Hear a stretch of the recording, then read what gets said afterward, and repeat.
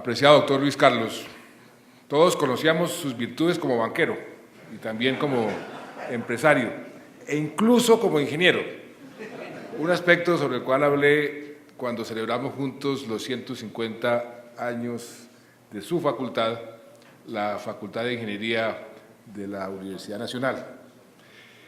Pero hoy, después de escuchar sus lúcidos y muy pertinentes planteamientos sobre los problemas de la justicia en nuestro país, no me cabe duda de que merece también un grado honorífico como abogado.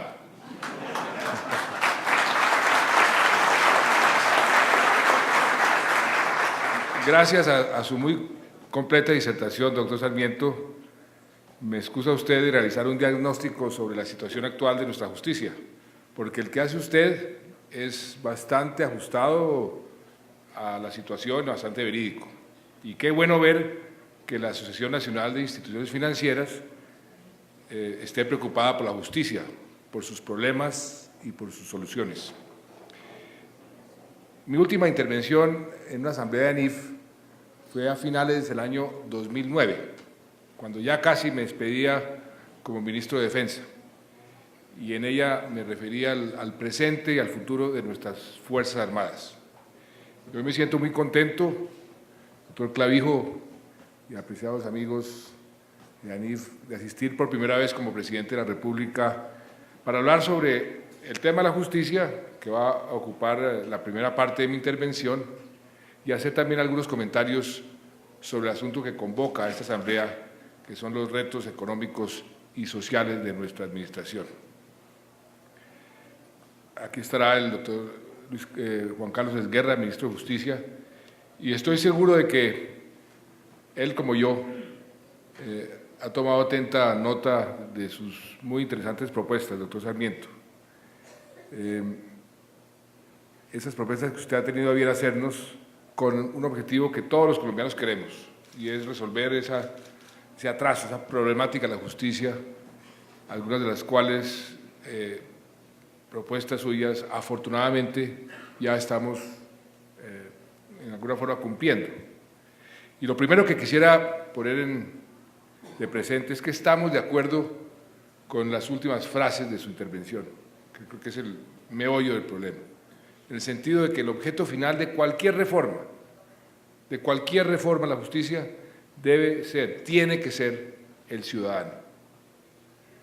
El propósito del gobierno, más allá de reformar la estructura y las jerarquías de la rama judicial, es acercar más a la justicia con los ciudadanos, hacerla más pronta, hacerla más ágil, hacerla más oportuna y dejar de ostentar ese récord vergonzoso que usted mostró en las gráficas de tener una de las justicias más demoradas del mundo. Ese es nuestro propósito, al igual que usted, doctor Sarmiento. Y la reforma de la justicia se debe hacer siempre en beneficio de ese ciudadano, si no, no tiene sentido. Cualquier reforma que no sea con ese objetivo no tiene ningún sentido. Y esto me lleva a un segundo aspecto que es muy importante aclarar.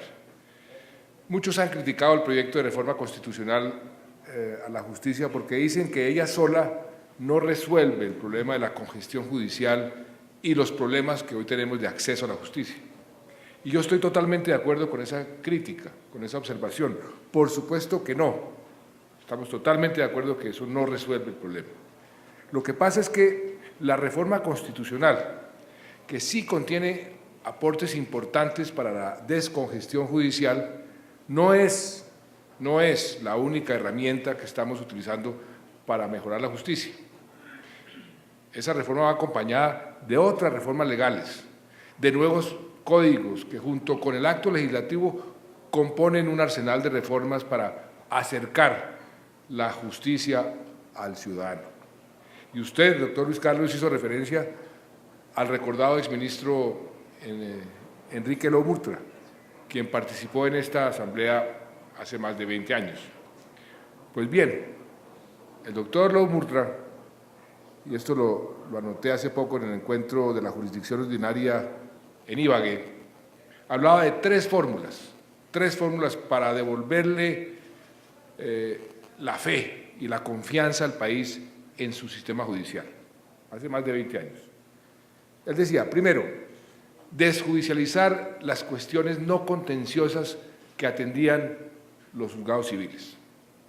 Segundo, fortalecer mecanismos no judiciales de solución de conflictos con mecanismos como el arbitraje y los jueces de paz.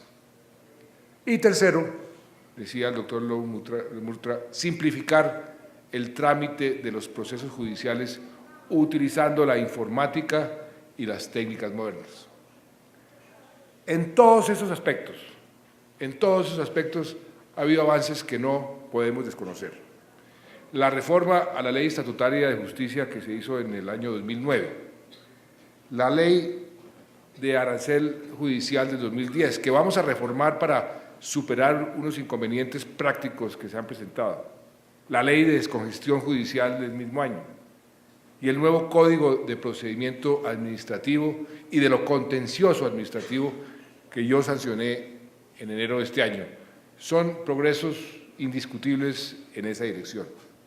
Y los avances continúan dando respuesta a esa trilogía de retos de que hablaba el doctor Lou Murtra. En cuanto a desjudicializar los procesos, este propósito se incluye específicamente en la reforma constitucional a la justicia, en la que se abre la posibilidad para que abogados, notarios, centros de arbitraje y de conciliación asuman determinadas funciones jurisdiccionales que no correspondan a asuntos realmente contenciosos.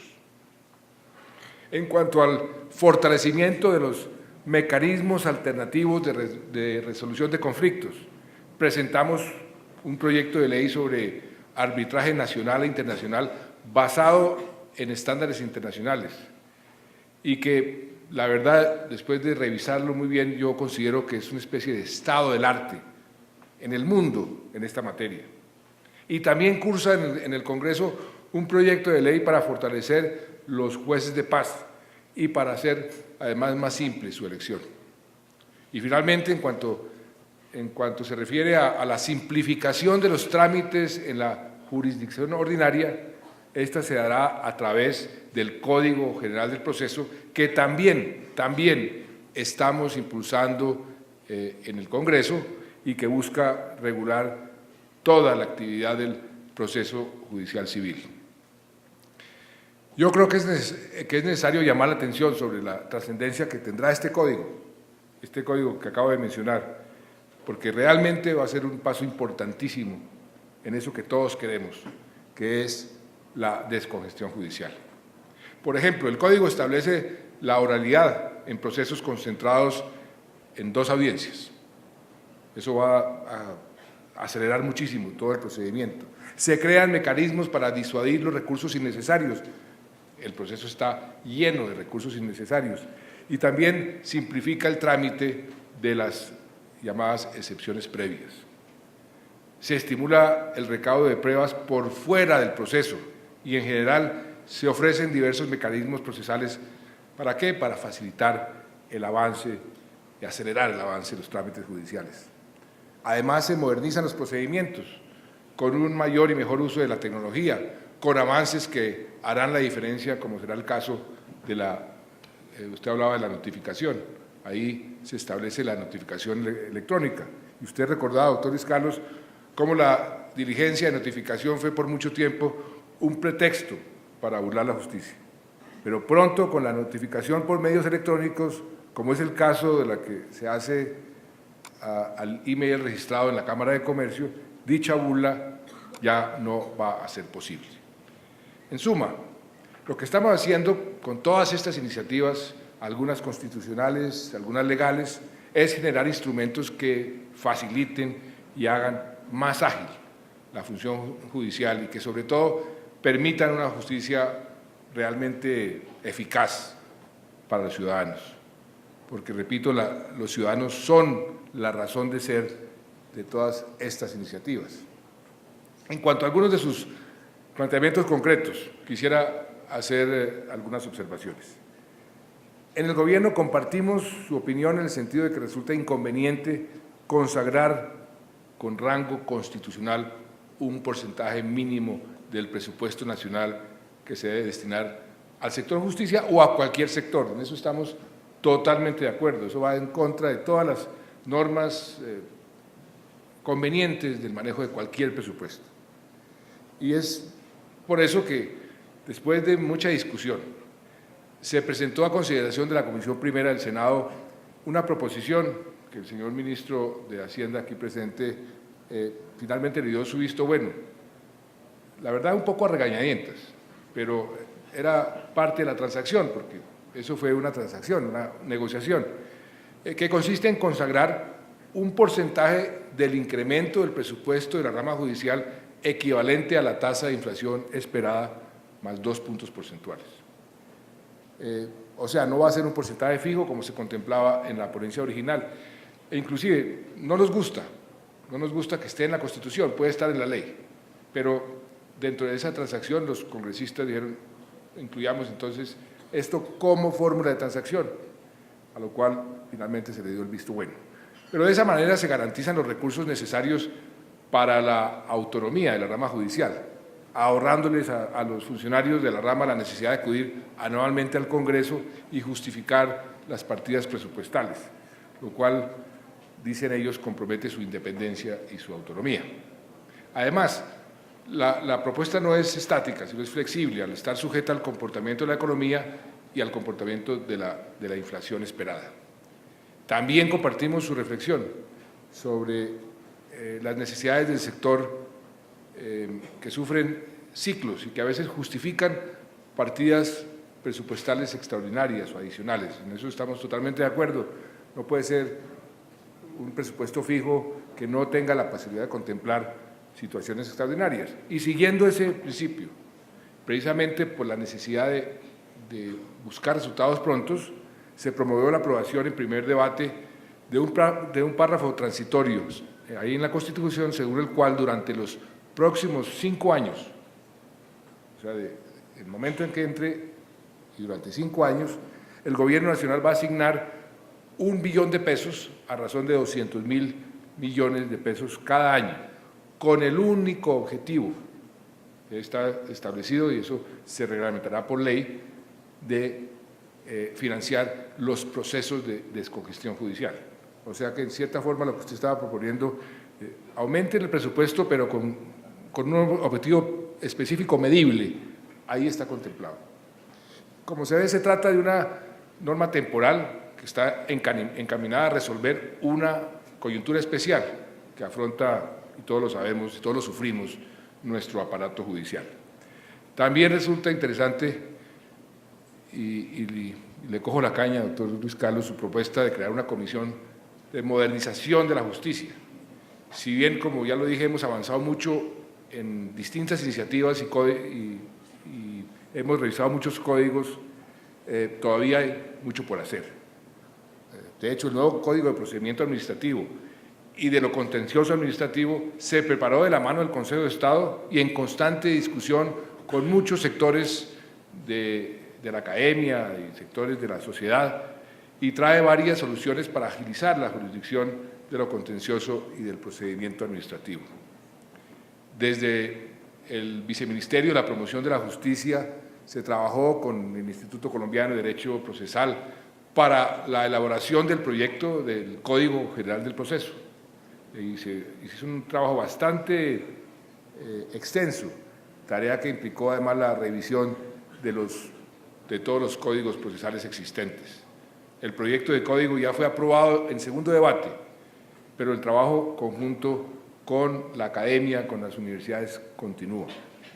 Actualmente estamos trabajando con una comisión de expertos para redactar el proyecto de ley que reforme el Estatuto de Contratación Estatal y también sus decretos reglamentarios, buscando modernizarlos y buscando que sean más coherentes. Y al proyecto que mencioné de ley de arbitraje. Se realizó eso con una comisión de juristas, tal vez los juristas más prestigiosos del país, y fue presidida ni más ni menos que por el propio doctor Fernando Inestrosa, la cual se dividió en 2 subcomisiones, una para el arbitraje nacional y otra para el arbitraje internacional. Y además de estas comisiones de expertos, en el Ministerio de Justicia, hoy llamado el Ministerio de Justicia y del Derecho, conformamos un centro de estudios jurídicos que está apoyando la elaboración de otros proyectos y la elaboración de otras iniciativas. Pero esa propuesta suya sobre la elaboración de un sistema, usando la tecnología, que nos permita tener un inventario en tiempo real del estado de los procesos, me parece muy interesante. Nosotros hicimos algo parecido en el gobierno, con el ministro de Hacienda aquí presente, desde la época en que fuimos ministros de Hacienda, que yo fui ministro de Hacienda y él estaba de Planeación, quisimos elaborar un sistema a través del cual en esa época el gobierno tuviera la posibilidad de ver en tiempo real las transacciones de todo el Estado, de todo el gobierno nacional, ministerios e institutos descentralizados. Se llamó el CIF y se puso en marcha hace 10 años, hace 9 años. Pues un sueño que yo tenía, el señor ministro me lo regaló de cumpleaños el pasado 10 de agosto, y fue que durante todo el año, el primer año de gobierno, se trabajó en ir calibrando el sistema, y hoy, a partir del 10 de agosto de este año, cualquier ciudadano colombiano, cualquier universidad, cualquier entidad de control, puede entrar a una página web que es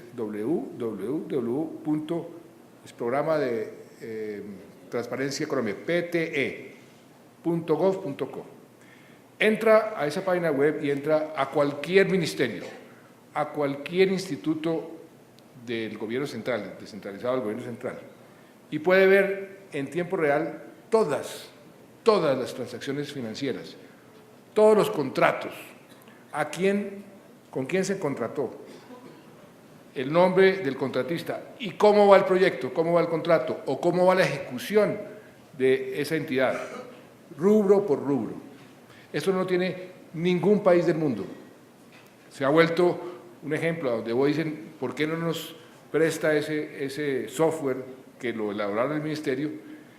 Porque realmente es un instrumento de control invaluable y toda la ciudadanía puede estar pendiente en cualquier población este contrato cómo va y con quién se hizo, cuánto costó y cuánto se ha ejecutado para comenzar a pedir cuentas. Es parte del buen gobierno. Qué bueno poderlo hacer en la justicia, por lo que usted decía algo muy importante. Sí, hay 3 millones de procesos, o 2 millones, 1 millón o 100.000, pero uno pudo haber entrado ayer y otro lleva 10 años. Eso no nos dice nada, si no sabemos, no tenemos más información. Y ya con las tecnologías de hoy es relativamente fácil, de manera que le propongo que con el Ministerio de Justicia, aquí la doctora María Mercedes, estoy seguro que nos ayudará desde el Consejo Superior de la Judicatura, y usted, doctor Luis Carlos, hagamos una pequeña grupo de trabajo y pongámonos una meta de tener eso listo en un tiempo determinado. Creo que sería un aporte muy importante para poder, es una forma de vigilar y presionar la eficiencia de cualquier institución, el gobierno central o la justicia. Mucho gusto, encantado. Además aquí dicen que debe estar listo para que ya llegue hasta el año entrante. Bueno, o antes, sí, si no me regalan de cumpleaños sería maravilloso. Finalmente, para concluir mi aporte al tema de la justicia que hoy se debate aquí en ANIF y que estoy seguro que va a ser redondeado en las mesas redondas donde va a estar el ministro Esguerra, quiero decirle, doctor Luis Carlos, que estamos totalmente de acuerdo en su propósito y en su obsesión, porque no es de ahora, sino de tiempo atrás, de mejorar el funcionamiento de nuestra justicia. En el Ministerio creamos inclusive la Oficina de Información en Justicia. Esa puede ser la oficina encargada de centralizar o de coordinar esta pequeña comisión que acabamos de mencionar. Porque la tecnificación de toda la información y el registro en tiempo real de los procesos se logra es a través de la centralización de la información, de todos los litigios, que es y ese es el núcleo de la Agencia Nacional de Defensa Jurídica, que se creó este año por ley y que se va a reglamentar en un decreto que vamos a expedir pronto. Como puede verse, sin perjuicio de que en el Congreso siga su curso la reforma constitucional, como usted decía, doctor Luis Carlos, es mucho más lo que estamos haciendo por fuera, para que los ciudadanos, que son, nuevamente, repito, la razón de ser de todo este esfuerzo, tengan la justicia pronta, cumplida y oportuna que merecen.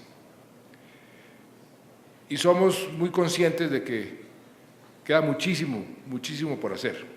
Este es un trabajo en el que tenemos que perseverar porque venimos de un atraso muy largo y muy acumulado. Qué bueno por eso, doctor Luis Carlos, que ahora que usted nos hace este diagnóstico y esas propuestas tan atinadas, contemos con sus luces y su apoyo para mejorar nuestra justicia. Y finalmente quiero, sobre este tema de la justicia, contarles una anécdota que me sucedió, una experiencia que me dejó muy marcado en mi última visita a México. En la visita de Estado me llevaron a la Corte Suprema de Justicia, al edificio, y la Corte tiene son como 4 pisos. Cada piso tiene un mural para recordarle a todos los magistrados y a todos los que entran al Palacio de la Corte Suprema de Justicia de México, para recordarles la violación de los derechos humanos, por qué debemos todos luchar para que no se violen los derechos humanos. Entonces, en cada piso hay un mural recordando algún tipo de violación. Entonces, en el piso 5º está un mural sobre el asesinato, en el 4º está sobre la tortura, en el 3º está sobre la violación de una mujer, pero en el primero, como parte de la violación de los derechos humanos que tenemos siempre que ser conscientes, el mural simplemente tiene unos expedientes arrumados. Y dice, una forma de violar los derechos humanos de cualquier ciudadano es demorar la justicia, es no darle pronta justicia. Eso es una violación de sus derechos. Entonces me explicaban eso para recordarle a los magistrados que se pongan las pilas y que fallen rápido. Y me pareció muy pertinente traer ese cuento a colación.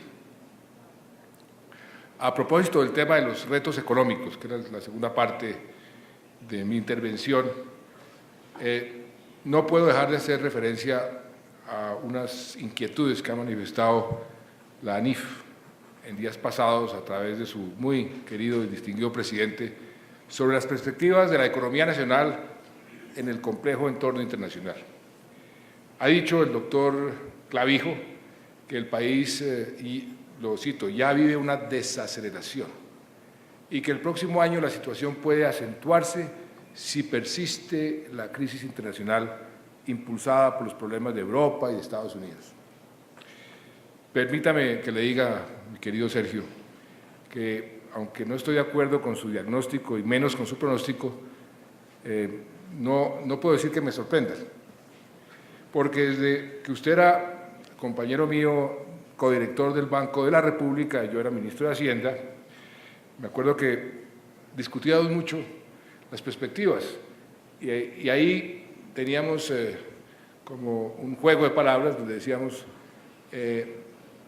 que el doctor Clavijo siempre era como más pesimista que el resto del grupo. Y entonces decíamos que para calcular el crecimiento del futuro tomábamos las proyecciones del doctor Clavijo y le sumábamos un punto. Y a menudo acertábamos, o incluso más de un punto, como fue el caso reciente el año pasado, cuando ANIF pronosticó, según una presentación que hizo en mayo del año pasado, del 2010, que la economía crecería el 2.5%. Y en realidad, y por fortuna para todos, la economía terminó creciendo 4.3%, casi 2 puntos más.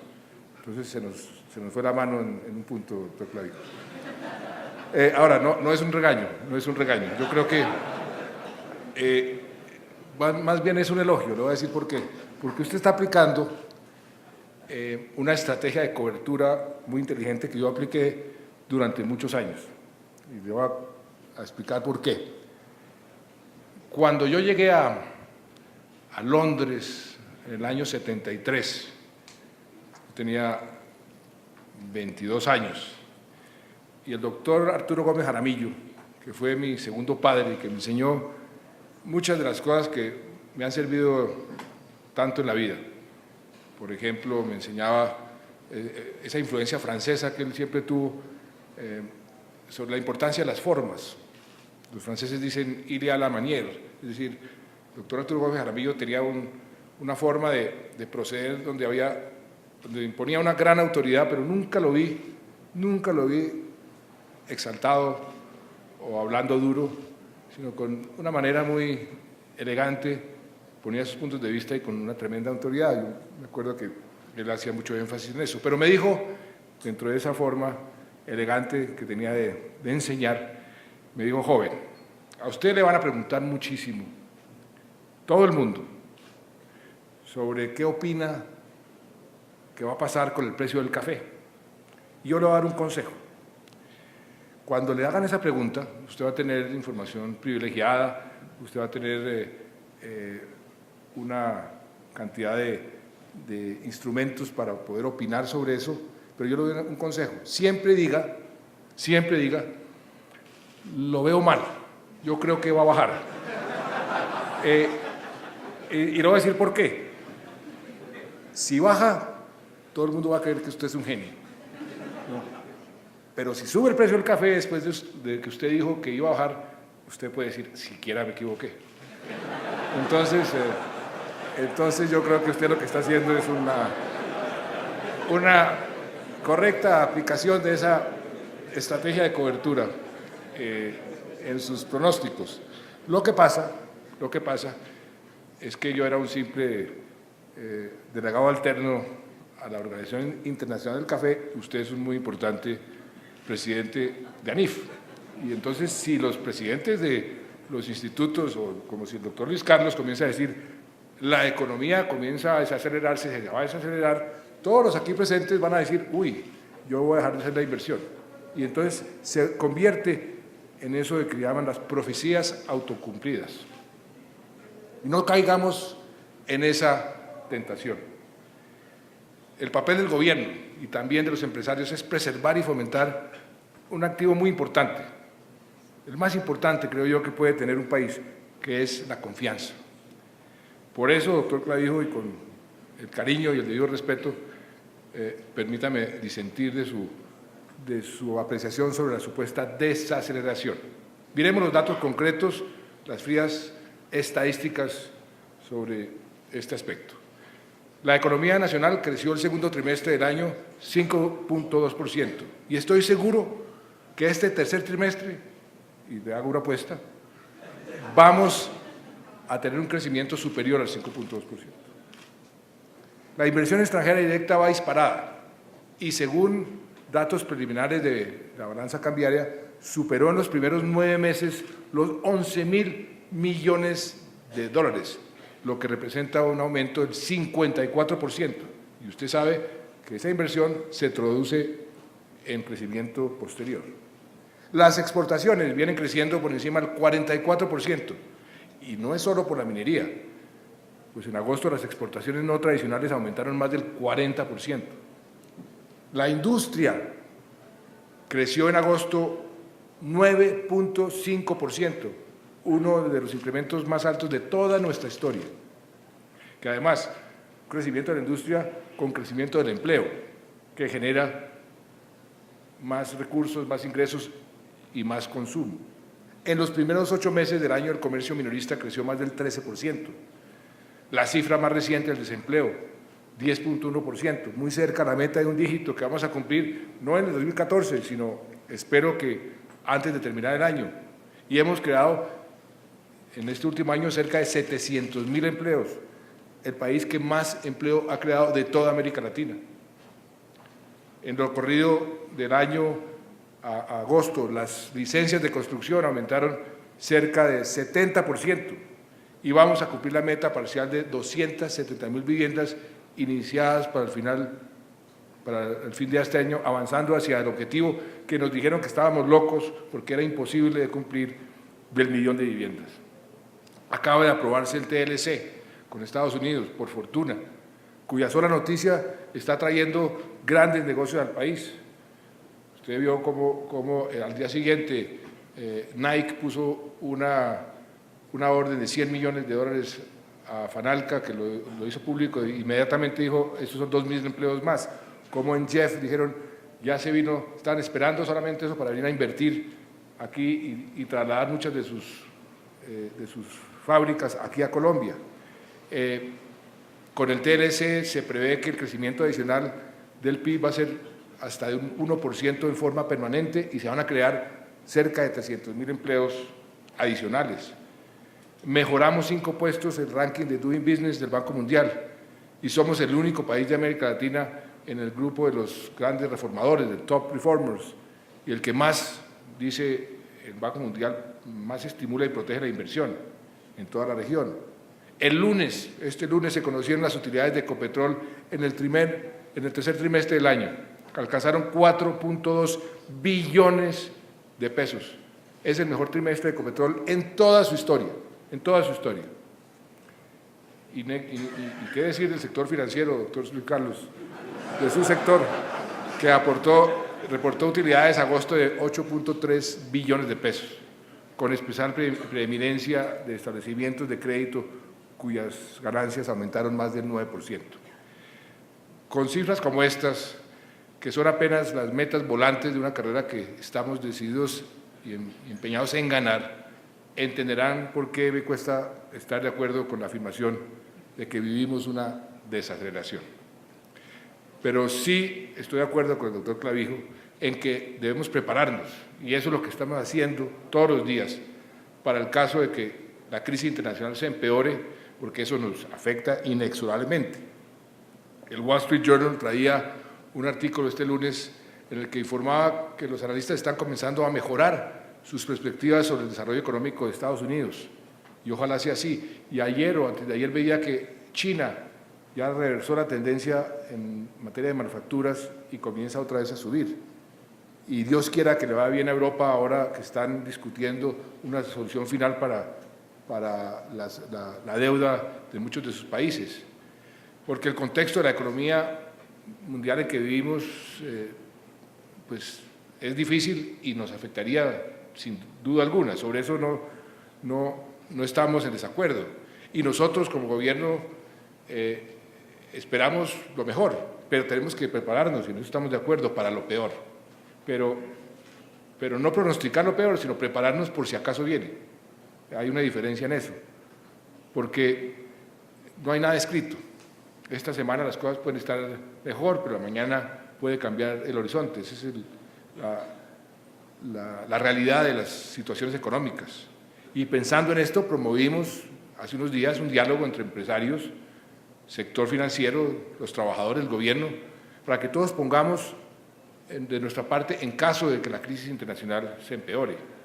Los empresarios manteniendo el empleo, los banqueros manteniendo el crédito, garantizando el flujo de crédito, los trabajadores, muy sencillo, trabajando y no parando sus labores, y el gobierno llevando a cabo una agenda económica y responsable, proactiva, y todos contribuyendo a mantener ese activo tan importante que es la confianza. De nuestra parte, seguimos adelante con medidas de promoción a la industria, al agro, con una inversión muy importante que va y que dinamiza desde adentro nuestra economía. No más este año y el próximo vamos a destinar, usted me corrige, doctor Echeverry, 30 billones de pesos al desarrollo de nuestra infraestructura, las vías, los puertos, los corredores férreos, todo lo que necesitamos para garantizar nuestra competitividad con miras, entre otras cosas, a los TLCs que entran en vigencia y, por supuesto, en particular el de Estados Unidos. Hace menos de una semana se abrieron 18 licitaciones por 3.6 billones de pesos para completar los 21 corredores viales de competitividad, que esas serán llamadas las vías del TLC. Así que vamos para adelante, con todo nuestro empeño en el desarrollo de nuestra agenda interna, que nos va a hacer, sin duda alguna más competitivos y que nos va a brindar un poco más. No nos vamos a poder brindar totalmente de la coyuntura internacional. Esta es una agenda, y en esto debo hacer énfasis, que no solo depende del gobierno, sino que requiere de todo el apoyo y de todo el esfuerzo de todo el mundo y del emprendimiento de todo el mundo. Esto es un esfuerzo colectivo. Y espero que entiendan, usted, doctor Clavijo, y todos ustedes, amigos de ANIF, que este amistoso reclamo o observación que he hecho no es personal.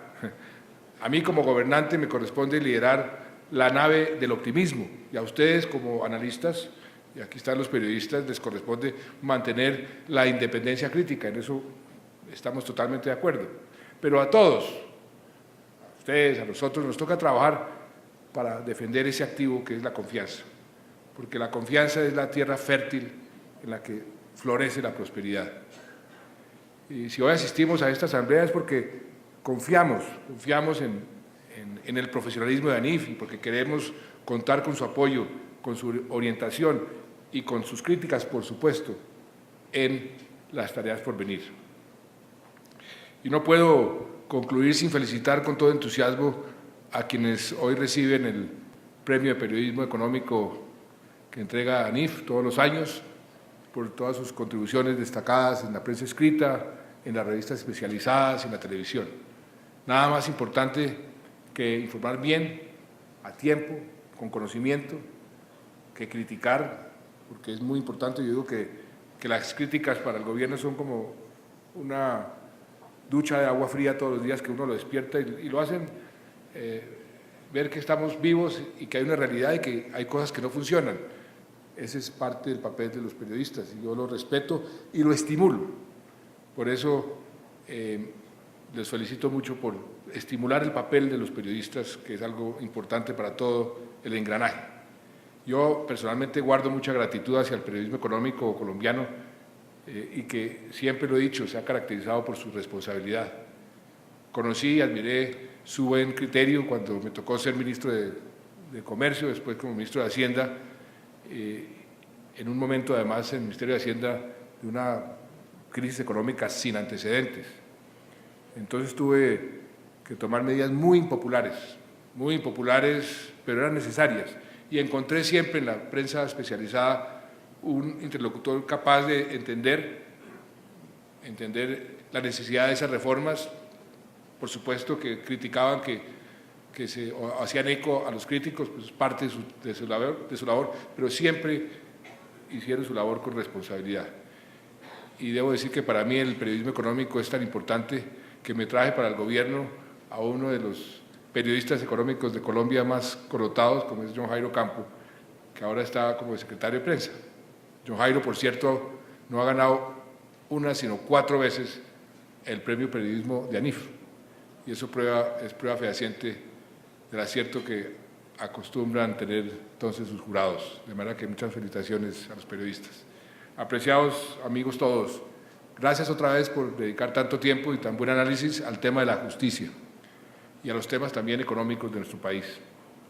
El libro que hoy entregan sobre los costos y eficiencia o ineficiencia de la rama judicial en Colombia será sin duda un texto de gran utilidad para todo el mundo, para el gobierno, para los jueces y para tantos colombianos que trabajan y se preocupan por una mejor justicia.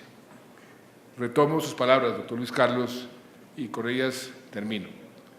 No podemos descansar hasta que no tengamos una justicia que por su oportunidad y cumplimiento al fin merezca el calificativo de justa. Muchas gracias.